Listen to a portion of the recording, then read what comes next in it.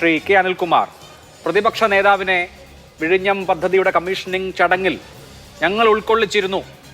അതുമായി ബന്ധപ്പെട്ട് സംസ്ഥാനം തയ്യാറാക്കിയ പട്ടിക കേന്ദ്രത്തിന് നൽകിയപ്പോൾ അതിൽ പ്രതിപക്ഷ നേതാവിന്റെ പേരുണ്ടായിരുന്നു എന്ന് മുഖ്യമന്ത്രി ഇന്ന് പറഞ്ഞു.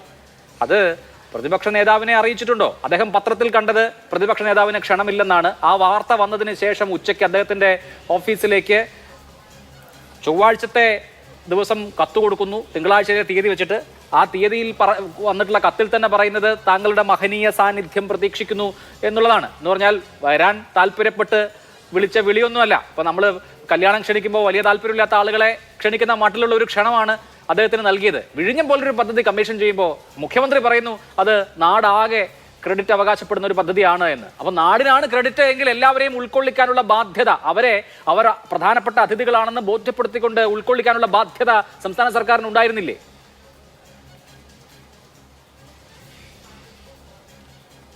വാർത്തകൾ എത്രത്തോളം വസ്തുതാപരമാകുമെന്നുള്ളതിനെ കുറിച്ച് നല്ല ധാരണ നമ്മുടെ നാട്ടിലെ ആളുകൾക്കെല്ലാം ഇപ്പോൾ ഉണ്ട്. നിർമ്മിക്കപ്പെടുന്നതാണ് വാർത്തകൾ, പലതും ആഖ്യാനങ്ങളാണ്, നുണകളാണ്. അത് രാഷ്ട്രീയത്തിൻ്റെ താല്പര്യത്തിനനുസൃതമായി നിർമ്മിക്കപ്പെടുകയും മാധ്യമങ്ങൾ അതിൻ്റെ പിന്നാലെ ഓടുകയും പിന്നീട് അത് ചരമമടയുകയും പുതിയ പുതിയ നിർമ്മിതികൾക്ക് പിന്നാലെ മാധ്യമങ്ങൾ സഞ്ചരിക്കുകയും ചെയ്യുന്നൊരു കാലത്തിനകത്ത് പ്രതിപക്ഷ നേതാവിനെ ക്ഷണിച്ചോ ഇല്ലയോ എന്നൊരു തർക്കത്തിൻ്റെ പ്രശ്നം ഒരു കാര്യമായ കാര്യമാണെന്ന് ഞാൻ വിചാരിക്കുന്നില്ല. പ്രധാനമന്ത്രി അതിൽ പങ്കെടുക്കുന്നുണ്ട് എന്നുള്ളതാണ് പ്രതിപക്ഷ നേതാവ് ഈ പരിപാടിയിൽ വേണ്ടതാണോ കണ്ടത്. അല്ല, അത് പറയുകയാണ്. പ്രതിപക്ഷ നേതാവ് മുമ്പൊരിക്കൽ ഇതിൻ്റെ ഉദ്ഘാടന ചടങ്ങിൽ പങ്കെടുത്തപ്പോൾ അദ്ദേഹം തന്നെ പ്രകടിപ്പിച്ചൊരു വികാരം അവിടെ പോകേണ്ടിയിരുന്നില്ല എന്നുള്ളതാണ്. ഒരു കല്യാണത്തിന് വിളിച്ചിട്ട് അയ്യോ ആ കല്യാണത്തിന് ഞാൻ പോകേണ്ടിയിരുന്നില്ല, എൻ്റെ മാനമാകെ പോയി എന്നൊരാൾ പറഞ്ഞാൽ ആ വീട്ടുകാരുടെ അവസ്ഥ എന്തായിരിക്കും? കേരളത്തോട് ഈ പ്രതിപക്ഷ നേതാവ് പറഞ്ഞ എന്താണ്? ഈ ഒന്നാമത് കപ്പൽ വന്ന ശേഷം അവിടെ ഒരു ട്രയൽ റണ്ണിൻ്റെ ഉദ്ഘാടന ചടങ്ങ് മുഖ്യമന്ത്രി പിണറായി വിജയൻ നടത്തിയ യോഗത്തിൽ സംസാരിച്ച ബഹുമാനപ്പെട്ട പ്രതിപക്ഷ നേതാവ് പിന്നീട് പിറ്റേ ദിവസം എന്താണ് വിഴിഞ്ഞത്തെക്കുറിച്ച് പറഞ്ഞത്, അദ്ദേഹം അവിടെ പോയതിനെക്കുറിച്ച് പറഞ്ഞത് നമ്മുടെ മുമ്പിൽ റെക്കോർഡുകൾ ലഭ്യമാണ്. ഇപ്പോൾ പ്രതിപക്ഷ നേതാവിന് അതിൽ പങ്കെടുത്താൽ കൊള്ളാം എന്നൊരു കമ്പം ഉണ്ടാകുന്നതിൽ തെറ്റൊന്നുമില്ല. പക്ഷേ പ്രതിപക്ഷം കുമ്പസാരിക്കണം. വിമോചന സമരം നടത്തുമെന്ന് പ്രഖ്യാപിച്ചു ഇതൊരു കമ്പത്തിന്റെ പ്രശ്നമാണോ? അവിടുത്തെ സബ് ഇൻസ്പെക്ടറെ വെട്ടിക്കൊല്ലാൻ ശ്രമിച്ചത് ഇതൊരു കമ്പത്തിന്റെ പ്രശ്നമാണോ? നാട്ടിലുള്ള ചില രാഷ്ട്രീയ മര്യാദകളില്ലേ? ഞാൻ പറയാം, ദയവായി ഒന്ന് കേൾക്കൂ. അത് പ്രതിപക്ഷ നേതാവിന് ഇതിൽ പങ്കെടുക്കണം, ഇതിലൊരു കൂടണം എന്നൊരു കമ്പം തോന്നുന്നതിന്റെ പ്രശ്നമാണോ? അതിനപ്പുറത്ത് ഒരു രാഷ്ട്രീയ മര്യാദയുടെ കാര്യം അക്കാര്യത്തിലില്ലേ? രാഷ്ട്രീയ മര്യാദ പ്രധാനമന്ത്രിക്കില്ലല്ലോ. നിങ്ങൾ മര്യാദയുടെ കാര്യത്തിൽ പറഞ്ഞാൽ രാഷ്ട്രീയ മര്യാദ പ്രധാനമന്ത്രിക്കില്ല. ഇന്ന് ഈ പദ്ധതി കേന്ദ്രത്തിൻ്റെത് മാത്രമാണെന്ന് പറഞ്ഞ് പത്രപരസ്യം കൊടുത്തിട്ട് വരുന്ന അല്പത്തരമാണ് പ്രധാനമന്ത്രി കാണിക്കുന്നത്. ഒരു രാഷ്ട്രീയ കളിക്കും ഇടതുപക്ഷ ജനാധിപത്യ മുന്നണിയില്ല. അതുകൊണ്ട് അവിടുത്തെ MP ചടങ്ങിലുണ്ട്, MLA ചടങ്ങിലുണ്ട്. അതുപോലെ തന്നെ ബഹുമാനപ്പെട്ട പ്രതിപക്ഷ നേതാവ് കൂടി പങ്കെടുക്കണമെന്ന ആഗ്രഹം ഞങ്ങൾക്കുണ്ട്. സ്വാഭാവികമായും അത് പ്രധാനമന്ത്രി PMO ഓഫീസിന് കൊടുത്തിരുന്നു. PMO ഓഫീസിന് കൊടുത്തതിൻ്റെ അടിസ്ഥാനത്തിൽ ഒരു കൃത്യമായ വിവരം PMO ഓഫീസ് തന്നിരുന്നില്ല. എങ്കിലും പ്രതിപക്ഷ നേതാവ് ആ ചടങ്ങിൽ ഉണ്ടാകണം എന്ന ഞങ്ങളുടെ ആഗ്രഹം പ്രതിപക്ഷ നേതാവിനെ മന്ത്രി അറിയിക്കുകയും ചെയ്തു. അതിനപ്പുറത്തൊരു കാര്യവും വസ്തുതാപരമായി ശരിയല്ല. അല്ല, ഇപ്പോൾ പ്രതിപക്ഷ നേതാവ് സാഹചര്യത്തിൽ മുഖ്യമന്ത്രി ഒന്നും വേണ്ട, തുറമുഖ മന്ത്രിക്ക് ഫോൺ എടുത്ത് പ്രതിപക്ഷ നേതാവിനെ ഒന്ന് വിളിച്ചിട്ട് ഇങ്ങനെയാണ് കാര്യം, ഞങ്ങൾ കൊടുത്ത ലിസ്റ്റിൽ അങ്ങയുടെ പേരുണ്ട്, അങ്ങയുടെ സാന്നിധ്യം ഞങ്ങൾ പ്രതീക്ഷിക്കുന്നുണ്ട്, ഫൈനൽ ലിസ്റ്റ് വന്നില്ലെന്ന് പറഞ്ഞാൽ പോരെ? നിസ്സാര കാര്യമല്ലേ? അല്ല, അത് നിസ്സാര കാര്യമല്ല. കാരണം പ്രധാനമന്ത്രിക്ക് കൊടുത്ത ലിസ്റ്റ് അംഗീകരിക്കപ്പെടുമെന്നാണ് ഞങ്ങൾ ധരിക്കുന്നത്. സ്വാഭാവികമായി ഇത്തരൊരു വിവാദത്തിലേക്ക് സർക്കാർ പക്ഷിയാകാൻ പാടില്ല. വിവാദം പ്രതിപക്ഷം ഉണ്ടാക്കിക്കോട്ടെ. സർക്കാർ കക്ഷിയായിട്ട് PMO ഓഫീസിനെ ഇരുട്ടിൽ നിർത്തിക്കൊണ്ട് അല്ലെങ്കിൽ അവരെ ചൂണ്ടിക്കൊണ്ട് ഒരു കാര്യം വർത്താനം പറയുമ്പോൾ സ്വാഭാവികമായും അത് അവർ തന്നെ തെറ്റായ നിലയ്ക്ക് എടുത്തെന്ന് വരാം. ഈ ചടങ്ങ് തന്നെ ഡൽഹിയിലെ പ്രത്യേക സാഹചര്യത്തിൽ കാശ്മീർ പശ്ചാത്തലത്തിൽ മാറ്റിവെക്കപ്പെടും എന്ന നിലയ്ക്കുള്ള സൂചനകൾ നേരത്തെ കേട്ടിരുന്നു. മിനിങ്ങാന്ന് വൈകുന്നേരമാണ് SPG അവിടെ സംരക്ഷിച്ച് ക്ലിയർ ചെയ്തത്. അതിനുശേഷമാണ് PMO ഓഫീസിൽ നിന്നും പ്രധാനമന്ത്രി വരുമെന്നതിലേക്ക് വ്യക്തത വന്നത്. അവർ അംഗീകരിക്കാത്തൊരു കാര്യം നമുക്ക് മുന്നോട്ട് കൊണ്ടുപോകാനാവില്ല. ഇതൊന്നും അല്ല ശ്രീ അനിൽകുമാർ, ഇനി വിഴിഞ്ഞം തുറമുഖത്തിന്റെ ഇന്നുവരെയും ഇതല്ല സർക്കാരിന്റെ പ്രതിനിധികളായ മന്ത്രിമാർ പറഞ്ഞത്. മന്ത്രി ശിവൻകുട്ടി പറഞ്ഞ എന്താണ്? ഇത് സർക്കാരിന്റെ, ഞങ്ങളുടെ സർക്കാരിന്റെ LDFന്റെ കുട്ടിയാണ് എന്ന് പറഞ്ഞു. ഇനി VN വാസവൻ എന്താണ് പറഞ്ഞത്? അദ്ദേഹം പറഞ്ഞു ഇത് സർക്കാരിന്റെ 4ാം വാർഷികവുമായി ബന്ധപ്പെട്ട പരിപാടിയാണ്, 4ാം വാർഷിക പരിപാടികളൊക്കെ പ്രതിപക്ഷം ബഹിഷ്കരിക്കുകയാണല്ലോ, അതുകൊണ്ട് അദ്ദേഹത്തെ വിളിക്കണ്ട എന്ന് ഓർത്തു എന്നാണ്. ഇപ്പൊ അങ്ങ് പറയുന്നു പരിപാടി മാറ്റിവെച്ചേക്കും എന്ന് ഞങ്ങൾക്ക് ചില ആശങ്കകൾ ഉണ്ടായിരുന്നു. ഈ ലിസ്റ്റ് കൊടുത്താൽ ആ ലിസ്റ്റ് അങ്ങനെ തന്നെ അംഗീകരിക്കുമോ എന്ന് ആശങ്ക ഉണ്ടായിരുന്നു. അതുകൊണ്ട് ലിസ്റ്റ് കൊടുത്തിട്ടുണ്ട്, ആ ലിസ്റ്റ് തിരിച്ചു വരട്ടെ എന്ന് വിചാരിച്ചിരിക്കുകയായിരുന്നു. ഓരോ ദിവസവും ഓരോ മണിക്കൂറിലും ഓരോ കാര്യങ്ങളാണ്. അല്ല, ഓരോ മണിക്കൂറിൽ കാര്യങ്ങൾ മാറി. കാശ്മീർ സംഭവം വന്ന പിന്നെ എന്തെല്ലാം കാര്യങ്ങൾ മാറി?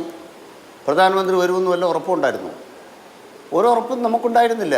മിനിങ്ങാന്ന് വൈകുന്നേരം SPG വന്ന് ക്ലിയർ ചെയ്യുന്നവരെ ഒരു ഉറപ്പും ഉണ്ടായിരുന്നില്ല. അത് വ്യക്തത വന്നതിന് ശേഷമാണ് മുഖ്യമന്ത്രി അവിടെ വന്ന് അക്കാര്യങ്ങളിൽ ഈ ഉദ്ഘാടനത്തിന് മുന്നോടിയായിട്ട് ഒരു സ്ഥല സന്ദർശനം നടത്തിയത്. അവിടെ ഉദ്ഘാടനം ചെയ്യാൻ പോവുകയാണ്, അതിന് മുൻപ് സന്ദർശനം അവിടെ മുഖ്യമന്ത്രി നടത്തുകയും ചെയ്തു. ഇവിടെ നമ്മൾ മനസ്സിലാക്കേണ്ടത് ശിവൻകുട്ടി പറഞ്ഞതിൽ എന്താണ് തെറ്റ്? പദ്ധതി കേരള സർക്കാരിൻ്റെ അല്ലേ? അദാനി പോർട്സ് അല്ല ഉണ്ടാക്കുന്നത്, വിസിലാണ്, വിഴിഞ്ഞം പോർട്ടാണ്. അത് കേരള സർക്കാരിൻ്റെതാണ്. കേരള സർക്കാരിൻ്റെ പരിപൂർണ്ണ ഉടമസ്ഥതയിലുള്ളതാണ്. അതിൻ്റെ കരാർ പ്രകാരം കരാർ എടുത്ത് നടത്തുന്നൊരു കമ്പനി മാത്രമാണ് വിഴിഞ്ഞം, അവിടുത്തെ അദാനിയുടെ കമ്പനി. അത് ഉമ്മൻചാണ്ടിയുടെ ഉദാരത കൊണ്ട് അത് വല്ലാണ്ടൊരു കാലം 10-60 കൊല്ലക്കാലം അവരുടെ ഇരിക്കത്തക്ക വിധമാണ് ഉമ്മൻചാണ്ടി ഇത് കൈകാര്യം ചെയ്തിരിക്കുന്നത്. ഞങ്ങൾക്ക് അതിനോടൊക്കെ തർക്കമുണ്ടെങ്കിലും പദ്ധതി നടക്കട്ടെ എന്നാണ് ഞങ്ങൾ മുൻകൈ എടുത്തത്. ഏതാണ്ട് 5500 കോടി രൂപ കേരള സർക്കാർ അതിന് മുടക്കിയിട്ടുണ്ട്. കേന്ദ്ര സർക്കാർ ഒരു വെള്ളി രൂപ മുടക്കിയിട്ടില്ല. കേന്ദ്ര സർക്കാരിന് ആ പദ്ധതിയിൽ ഉടമസ്ഥതയില്ല. 50 കൊല്ലത്തേക്ക് പലിശയുള്ള ഒരു വായ്പ തന്നെ അത് തരികയാണ്. അത്രേ ഉള്ളത് അതിൻ്റെ പ്രധാനപ്പെട്ട കാര്യം. എന്നിട്ടും അല്പത്തരം കാണിച്ചുകൊണ്ട് അവർ ഒരു പത്രപരസ്യം കൊടുക്കുന്നത് കണ്ടു. ശരി, അത്തരം കാര്യങ്ങളിലേക്ക് ഞാൻ വരാം. ആദ്യം ഈ ഉദ്ഘാടനത്തിന്റെ കാര്യം ഒന്ന് കേട്ടില്ല. ഞാൻ അത്തരം കാര്യങ്ങളിലേക്ക് ഞാൻ വരാം, ഞാൻ അങ്ങയിലേക്ക് എത്താം. ശ്രീ ജ്യോതികുമാർ ചാമക്കാല, ഇന്നിപ്പോൾ മുഖ്യമന്ത്രി വ്യക്തമാക്കിയ ഒരു കാര്യം, ഞങ്ങൾ ഈ പരിപാടിയിൽ ഉൾക്കൊള്ളിക്കാൻ തീരുമാനിച്ച് അംഗീകരിച്ച പട്ടികയിൽ പ്രതിപക്ഷ നേതാവ് VD സതീശന്റെ പേരുണ്ട് എന്നാണ്. സ്ഥലം MP, MLA തുടങ്ങിയവരും കോൺഗ്രസ്സുകാരാണ്. അവരും പ്രതിപക്ഷ നേതാവും ഒക്കെ ഈ പരിപാടിയിൽ പങ്കെടുക്കണമെന്നുള്ളതായിരുന്നു നിശ്ചയിച്ചത്. അതനുസരിച്ച് ആ ലിസ്റ്റ് പ്രധാനമന്ത്രിയുടെ ഓഫീസിന് കൊടുക്കുകയും ചെയ്തു. അംഗീകരിക്കപ്പെട്ട പട്ടികയിലും പ്രതിപക്ഷ നേതാവ് VD സതീശന്റെ പേരുണ്ട്. അപ്പോൾ ഇത് പെട്ടെന്ന് കാള പെറ്റു എന്ന് കേട്ട ഉടനെ കയറെടുക്കുക എന്ന മട്ടിൽ വാർത്ത കണ്ടു ഉടനെ എന്ന ഞാനില്ല എന്ന് പറഞ്ഞു എന്ന പോലെ ആയിപ്പോയോ?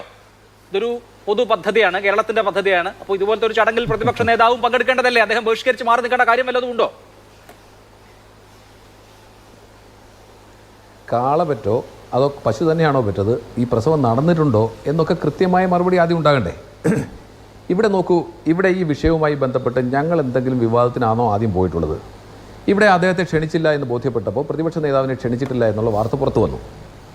പ്രതിപക്ഷ നേതാവിനെ ക്ഷണിച്ചിട്ടില്ല എന്ന് വാർത്ത പുറത്തു വന്നപ്പോൾ സംസ്ഥാനത്തിൻ്റെ മന്ത്രി, പോർട്ടിൻ്റെ ചുമതലയുള്ള ശ്രീ വാസവൻ പറഞ്ഞത് ഞങ്ങൾ ക്ഷണിക്കാഞ്ഞത് മനഃപൂർവ്വമാണ്. കാരണം ഇത് ഞങ്ങളുടെ സർക്കാരിൻ്റെ ഔദ്യോഗിക സർക്കാരിൻ്റെ 4ാം വാർഷികത്തോടനുബന്ധിച്ചുള്ള ചടങ്ങാണ്.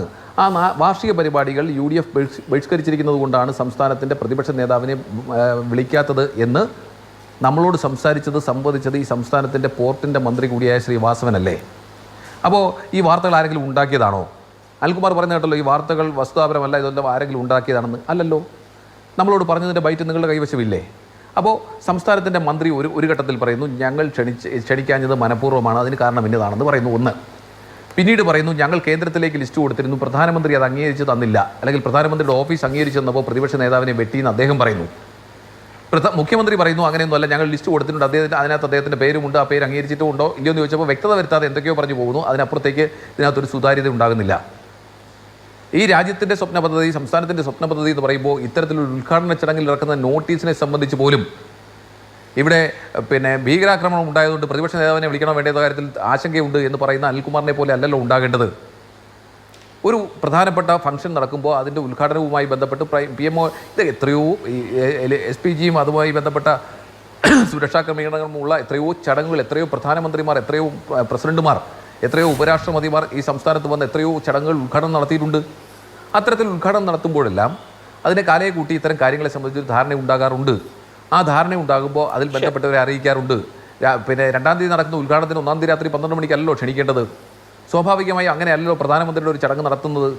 അതിനെ സംബന്ധിച്ച് കൃത്യമായി ചട്ടവട്ടങ്ങളുണ്ടല്ലോ. അത് കൃത്യമായി സംസ്ഥാന സർക്കാരിനെ അറിയിക്കുമല്ലോ.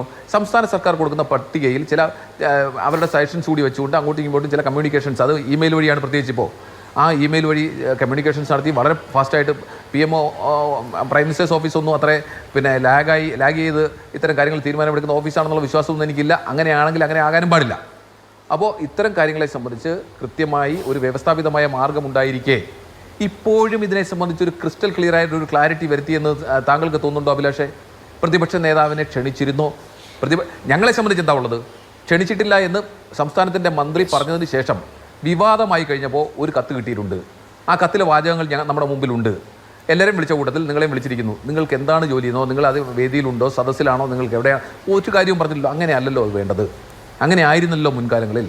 അപ്പോൾ ഇത്തരം ആശങ്കകൾ ഇപ്പോഴും നിലനിൽക്കുകയാണ്. ഇപ്പോഴും ഒരു ക്ലാരിറ്റി വന്നിട്ടുണ്ടെങ്കിൽ അഭിലാഷ് പറയൂ, ഞാനത് അംഗീകരിക്കാം. തീർച്ചയായും ഇപ്പോഴും വന്നിട്ടില്ല. അപ്പോൾ അതിന്റെ ഉത്തരവാദികൾ ആരാണ്? ഇപ്പോൾ മുഖ്യമന്ത്രി പറഞ്ഞ കാര്യമേ നമുക്ക് എനിക്ക് അഭിലാഷിനോട് തിരിച്ചൊരു ചോദ്യം അഭിലാഷിനോട് തിരിച്ചെനിക്കൊരു ചോദ്യമുള്ളത്, അഭിലാഷിന് ഇത്തരം കാര്യങ്ങളിൽ ക്ലാരിറ്റി വന്നിട്ടുണ്ടോ? മുഖ്യമന്ത്രി വിശദീകരിച്ചത് ഈ അംഗീകരിച്ച ലിസ്റ്റിൽ പ്രതിപക്ഷ നേതാവിന്റെ പേരുണ്ടായിരുന്നു, അത് മുകളിലേക്ക് കൊടുത്തു, അദ്ദേഹത്തിന്റെ പേര് ലിസ്റ്റിലുണ്ടെന്നാണ് മുഖ്യമന്ത്രി പറഞ്ഞത്. മുഖ്യമന്ത്രിയുടെ വാദം, മുഖ്യമന്ത്രിയുടെ വാചകം സംസ്ഥാന മുഖ്യമന്ത്രിയല്ലേ. പക്ഷേ എനിക്ക് അപ്പോഴുള്ള അഭിപ്രായം കൃത്യമായി പ്രതിപക്ഷ നേതാവിനെ താങ്കളുടെ മഹനീയ സാന്നിധ്യം പ്രതീക്ഷിക്കുന്നു എന്ന നിലയിലല്ല വിളിക്കേണ്ടത്, അതല്ലാതെ തന്നെ അദ്ദേഹത്തെ ക്ഷണിക്കണമായിരുന്നു എന്ന് മാത്രമല്ല, അദ്ദേഹത്തിനെ ക്ഷണിക്കാത്തതിന് ന്യായീകരണമായി ഇത് സർക്കാരിന്റെ 4ാം വാർഷികമാണ് അതുകൊണ്ട് വിളിച്ചില്ല എന്ന് പറഞ്ഞതും തെറ്റാണ്. വിളിക്കണമായിരുന്നു, ഇങ്ങനെ ആയിരുന്നില്ല വിളിക്കേണ്ടത് എന്നുള്ളതാണ് അക്കാര്യത്തിൽ എന്റെ അഭിപ്രായം. അല്ല, വിളിച്ചിട്ടുണ്ടോ ഇല്ലയോ എന്നുള്ളത് വേറെ വിഷയം. അതിനപ്പുറത്തേക്ക് അഭിലാഷ് ഒറ്റ കാര്യം കൂടി അഭിലാഷേ, അതിനപ്പുറത്തേക്ക് അങ്ങനെയാണെങ്കിൽ സംസ്ഥാനത്തിന്റെ മന്ത്രി വാസവൻ പറഞ്ഞത് പച്ചക്കള്ളമല്ലേ? അങ്ങനെയാണെങ്കിൽ ഇതിൽ ആര് പറയുന്ന ശരി? മുഖ്യമന്ത്രി ക്ലാരിറ്റി വരുത്തിയില്ല. അതിനപ്പുറത്തേക്ക് എൻ്റെ ചോദ്യം, വാസവൻ പറഞ്ഞില്ലേ പ്രധാനമന്ത്രിയുടെ ഓഫീസിൽ നിന്നാണ് പ്രതിപക്ഷ നേതാവിന്റെ പേര് ഒഴിവാക്കിയതെന്ന് പറഞ്ഞിട്ടില്ലേ? അങ്ങനെയാണെങ്കിൽ മുഖ്യമന്ത്രിയുടെ മന്ത്രിസഭയിൽ ഒരു മന്ത്രി കള്ളം പറയുന്നത് ശരിയാണോ? ഇതിലൊക്കെ വ്യക്തത വേണ്ടേ അഭിലാഷേ? എന്താ പിള്ളേർ കളിയാ? എന്താ മുഖ്യമന്ത്രിയുടെ മകളുടെ കല്യാണം വിളിച്ചാണോ? മുഖ്യമന്ത്രിയുടെ മകളുടെ വീട്ടിലെ കല്യാണമോ അല്ലെങ്കിൽ കൊച്ചുമകന്റെ കല്യാണമോ ഒന്നും അല്ലല്ലോ.